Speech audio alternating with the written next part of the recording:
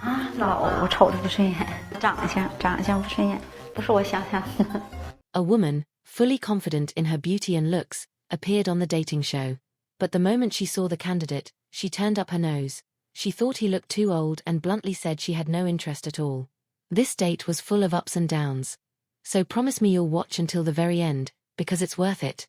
The show begins with matchmaker Xiaoxian arriving at the home of the well-known Sister Guo. At 47, she carries herself with elegance and confidence, and lives in an 80-square-meter apartment, a detail enough to make many older men's hearts race. But don't be fooled by her delicate and clever appearance. Sister Guo is far from being a lazy ornament who only knows how to enjoy life. In fact, she spent the first half of her life on one mission: making money. Either she was making it, or she was on her way to making it. And of course, the old saying couldn't be missing: if a man has money, even an old ox can eat fresh grass. But without money, even the simplest affection is hard to get.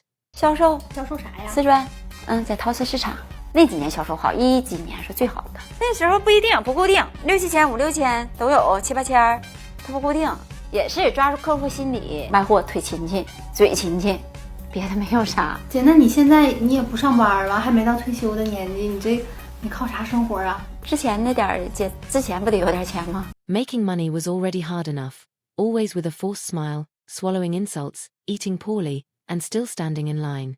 The paycheck came, the taxes went, and everyone said the same thing: the worker's life is tough, exhausting, and sooner or later it wears you down.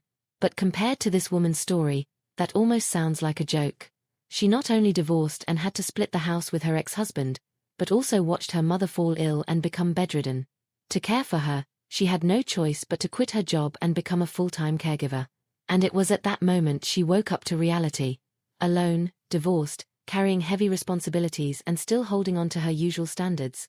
She realized that maybe, with a new husband, life could be much easier. The problem?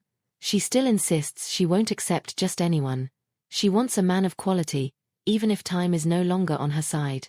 起来呀5点多，5点来钟，他6点第一顿饭。这么早啊？他6点、9点，然后是就3个小时1点到晚上9点最后一顿饭，10点来钟再给他打水、打流食。那就上厕所啥呢？那他上不了，都是那么换尿垫、换那啥吗？给他擦吗？我这现在我打去年我到现在我都瘦多了。我看你也挺瘦啊。我去年125呢，现在呢？110呗。妈，瘦15斤呢。不长了，现在我睡眠不好。Life's pressure made Sister Guo lose a lot of weight. She herself admitted that, ironically, it only made her figure even better. As the saying goes, when someone has presence, it shows from the inside out. Beyond her looks, she also showed another talent: calligraphy. At home, she often plays around with writing. The matchmaker asked, "Did you write this yourself, or just copy it?" Guo replied, "I wrote it myself, just for fun. But with age, sometimes I even forget some words." The matchmaker praised her, "Your handwriting is beautiful." Guo explained, "That's from a long time ago, it's been a while since I practiced." And when pressed if she had practiced a lot, the matchmaker added, "It's really beautiful. Don't fall so deeply for her excellence that you bleed with envy." If even Wang Shiji, the master of calligraphy, saw it, he would approve. But let's get to the point. What kind of man is she looking for? According to her, someone pleasing to the eyes, with a good personality. No overweight men. She wants someone presentable, clean, someone she'd be proud to walk out with. Money isn't everything. If he spends because he wants to, fine, but asking or stretching out his hand is another story. Appearance matters too. He can't be too ugly or have a terrible temper. Anyone who doesn't fit the bill should step aside. After hearing all this, the matchmaker went out to find the perfect candidate and introduced Brother Shu. Shu is 55, with so many houses he loses count, and a monthly pension of 5,000 yuan. Old, yes, but rich in property, one after another. He recently received 3 apartments as demolition compensation. He also has a unit for his elderly father and another one sitting empty. With all that wealth, he even bought a Mercedes and dreams of a Porsche.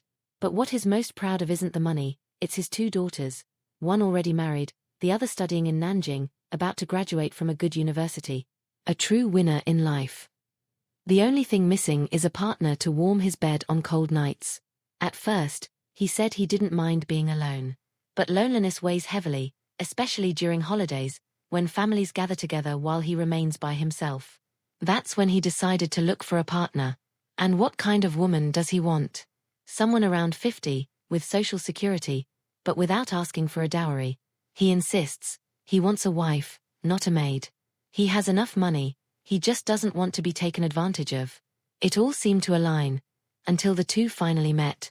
The moment Xu laid eyes on Sister Guo, he couldn't look away. Their names even matched, Guo Qinghua and Xu Guohua.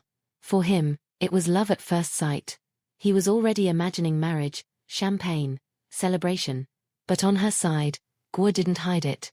Too old. Not what I imagined. I don't like him. She wanted someone more lively, good-looking, with a well-kept body. He didn't pass her test at first glance. Not the 3 houses, not the car, not the money mattered.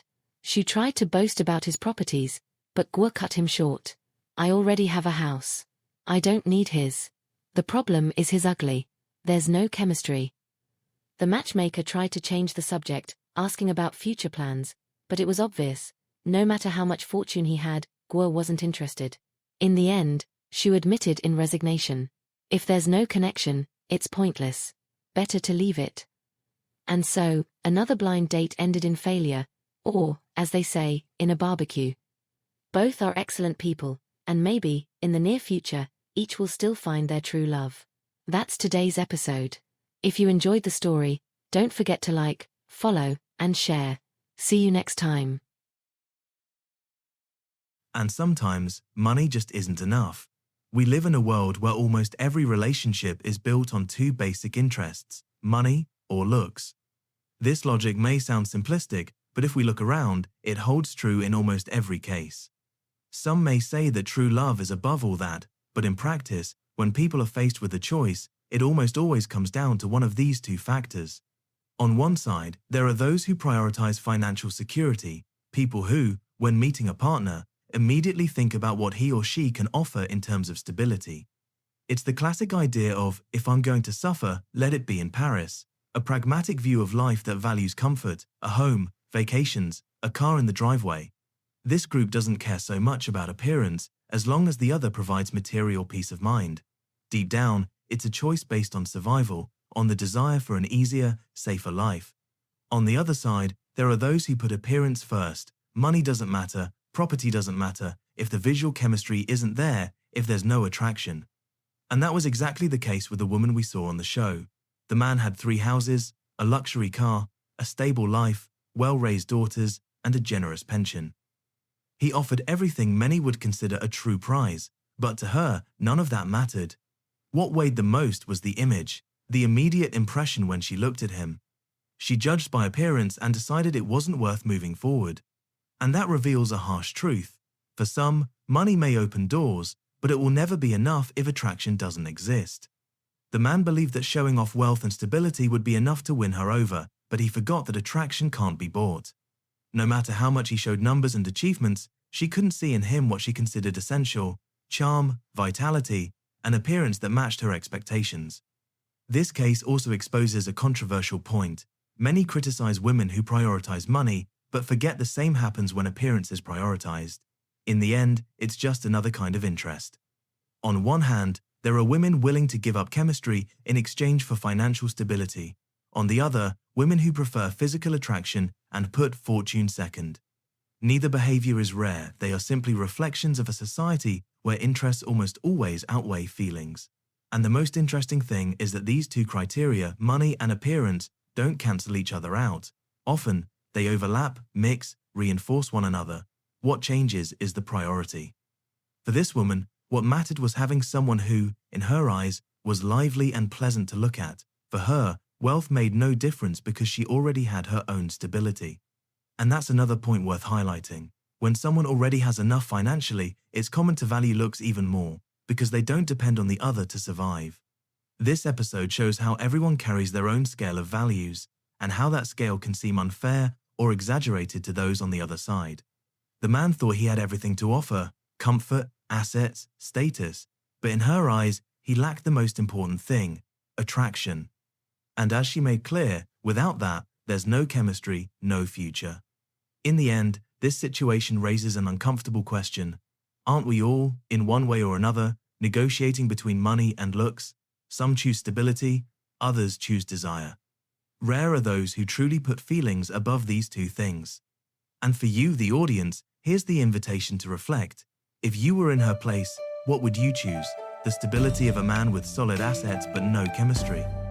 Or the attraction of someone who might not have much to offer financially but awakens desire and energy? This is a dilemma that crosses cultures and generations, and there's no right answer, only different choices. What some call madness, others call priority. And maybe that's exactly what keeps relationships so complex and controversial. If you enjoyed the video, don't forget to hit like, share your point of view in the comments, and tell me, what do you value more, money or looks? See you in the next video.